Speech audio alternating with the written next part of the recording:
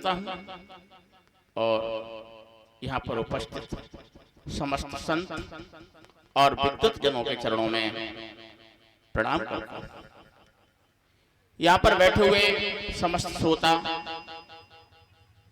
मातृशक्ति,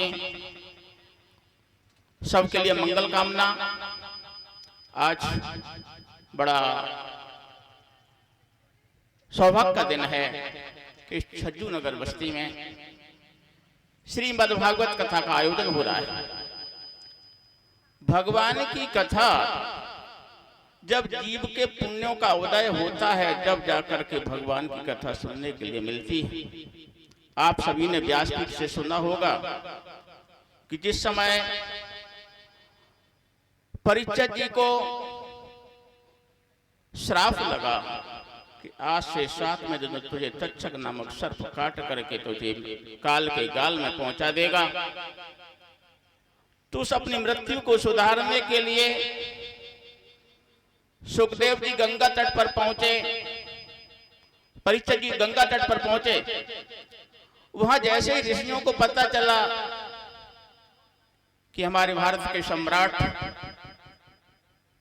परीक्षित जी पधारे हैं, तो सभी उनका आकर के स्वागत करते हैं और वह आने का कारण पूछते हैं।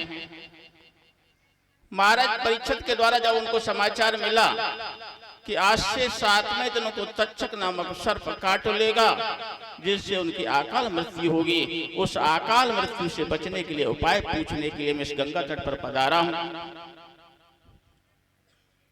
उसी श्रृंखला में सुखदेव जी पधारते हैं। सुखदेव जी को आया हुआ देख करके सबने उनका स्वागत किया। इधर देवताओं को पता चला कि परीक्षित की मृत्यु सुधारने के लिए सुखदेव जी भागवत कथा गंगा तट पर कहेंगे, तो देवता अमृत कलश लेकर के वहां पर पहुंचते हैं और सुखदेव जी से प्रार्थना करते हैं कि सुखदेव जी, इस अमृत कलश को आप परीक्षित को प्रदान करिए, जिससे उनको मृत्यु का भय नहीं रहेगा, और इस कथा अमृत को मुझे सुना दीजिए। परंतु सुखदेव भगवान ने देवताओं को कथा अमृत नहीं दिया। ऐसा देव दुर्लभ कथा अमृत आज हम सब पान कर रहे हैं। हमसे बड़ा सौभाग्यशाली और कौन हो सकता है। गोस्वामी जी रामचरितमानस में भगवान की प्राप्ति के साधन बताते हुए कहते हैं कि हर युग में भगवान को प्राप्त करने के अलग अलग साधन हुआ करते थे। जैसे कि सतयुग में कि कृत योग सब योगी विज्ञानी और करिहर ध्यान तरय भव प्राणी। सतयुग में योग साधना करके भगवत प्राप्ति हुआ करती थी, पर समय जब बदला तो गोस्वामी जी आगे लिखते हैं कि त्रेता विविध यज्ञ नर करही और प्रभु ही समर्प कवरम भवतरही। त्रेता युग में नाना प्रकार के यज्ञ, अश्वमेध यज्ञ, वाजपेयी यज्ञ इत्यादि करके भगवत प्राप्ति हुआ करती थी। पर द्वापर में कि द्वापर कर रघुपति पद पूजा और नर भव तरहि उपाय न दूजा।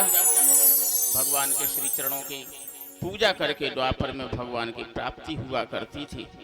पर कलयुग जैसे ही आया तो गोस्वामी जी कहते हैं कि कलयुग योग यज्ञ नहीं ज्ञाना ओ एक आधार राम गुण गाना। रामय सुमिरिय गाय रामय संतत सुनिय राम गुण ग्राम।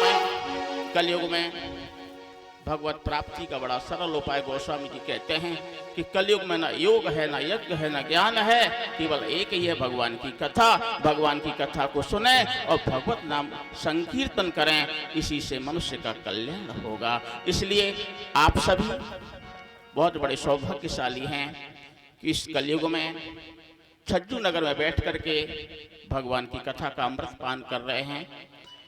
बस इतना ही है कि जो भी 7 दिन में आपको व्यासपीठ से जो मिला उसका जीवन में अनुकरण करें, जीवन में उतारें, तो आपका जीवन धन्य हो जाएगा। इन्हीं शब्दों के साथ में बोलो भागवत भगवान की जय, व्यास जी महाराज की जय, परीक्षित जी महाराज की जय। जय जय श्री राधे।